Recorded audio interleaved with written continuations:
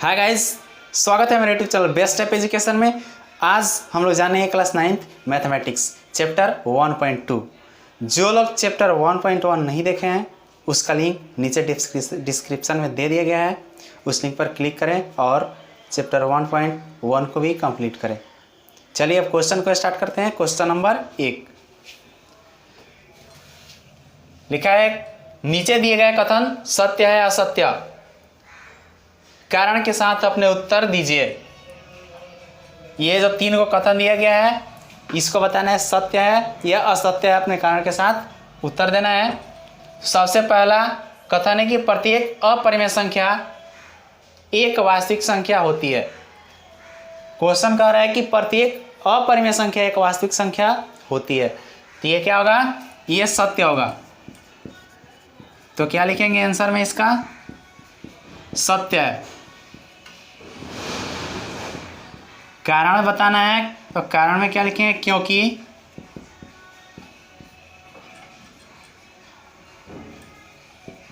वास्तविक संख्या के संग्रह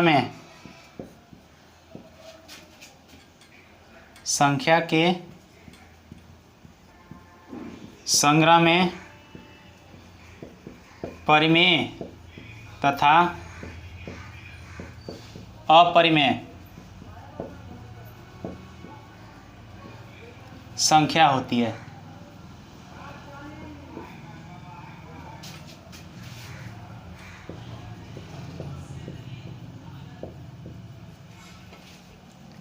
दो नंबर कह रहा है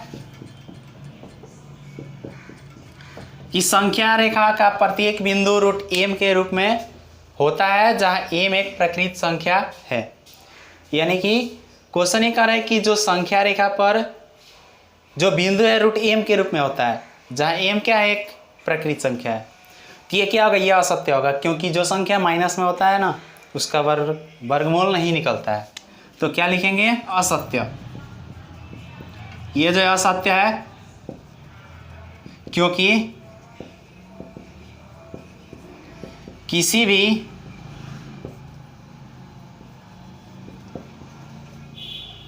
ऋण संख्या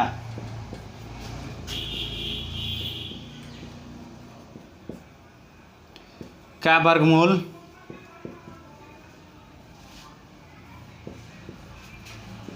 प्रकृत संख्या नहीं हो सकती।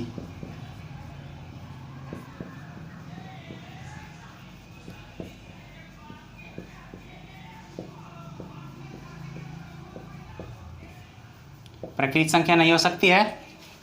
अब देखते हैं 3 नंबर। ये कह रहा है कि प्रत्येक वास्तविक संख्या एक अपरिमेय संख्या होती है।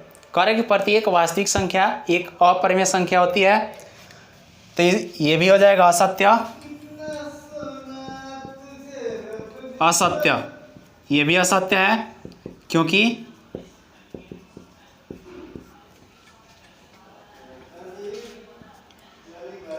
दो वास्तविक संख्या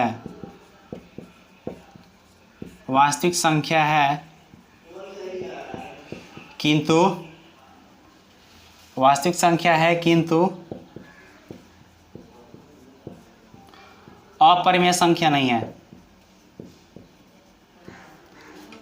अपरिमेय संख्या नहीं है।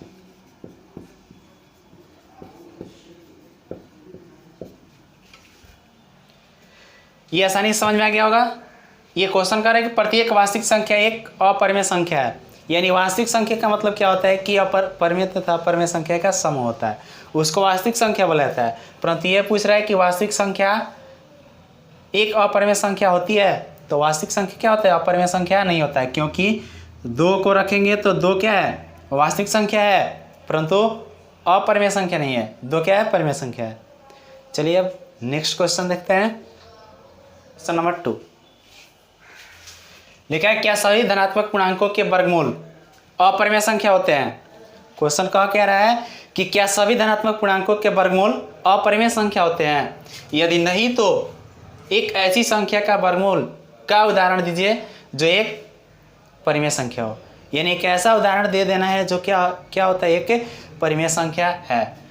तो ये तो सभी लोग जानते हैं कि सभी धनात्मक पूर्णांकों के वर्गमूल अपरिमेय संख्या नहीं होते हैं। लिखेंगे नहीं।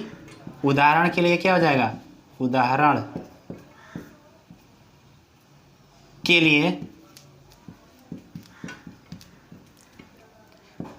√4 हो जाएगा, इसका वर्गमूल क्या होगा, 2 होगा।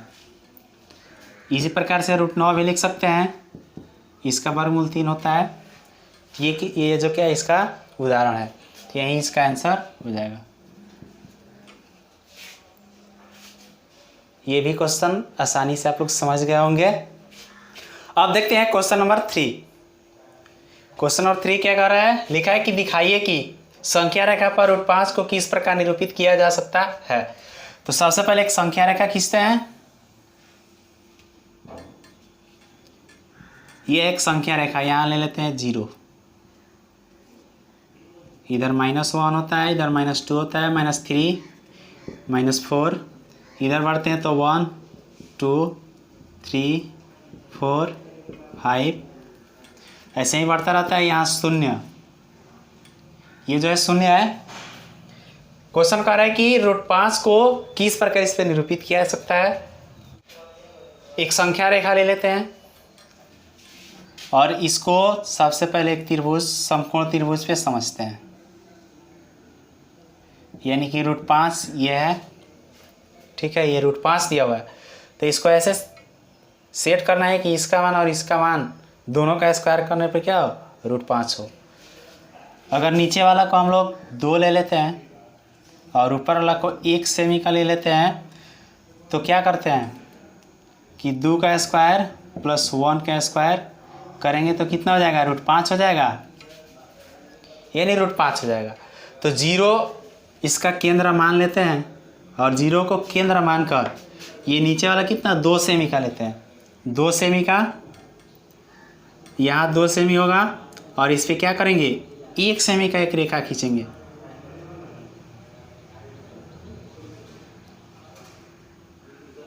ये जो रेखा होगा 1 सेमी का होगा और ये जो है 2 सेमी का है। इसको यहाँ से रखकर क्या करेंगे, एक चाप काटेंगे। चाप ऐसे रखकर काटते हैं, ऐसे कटेगा यहाँ पे। तो यहाँ पे जो कटेगा वहीं क्या हो जाएगा, √5 होगा।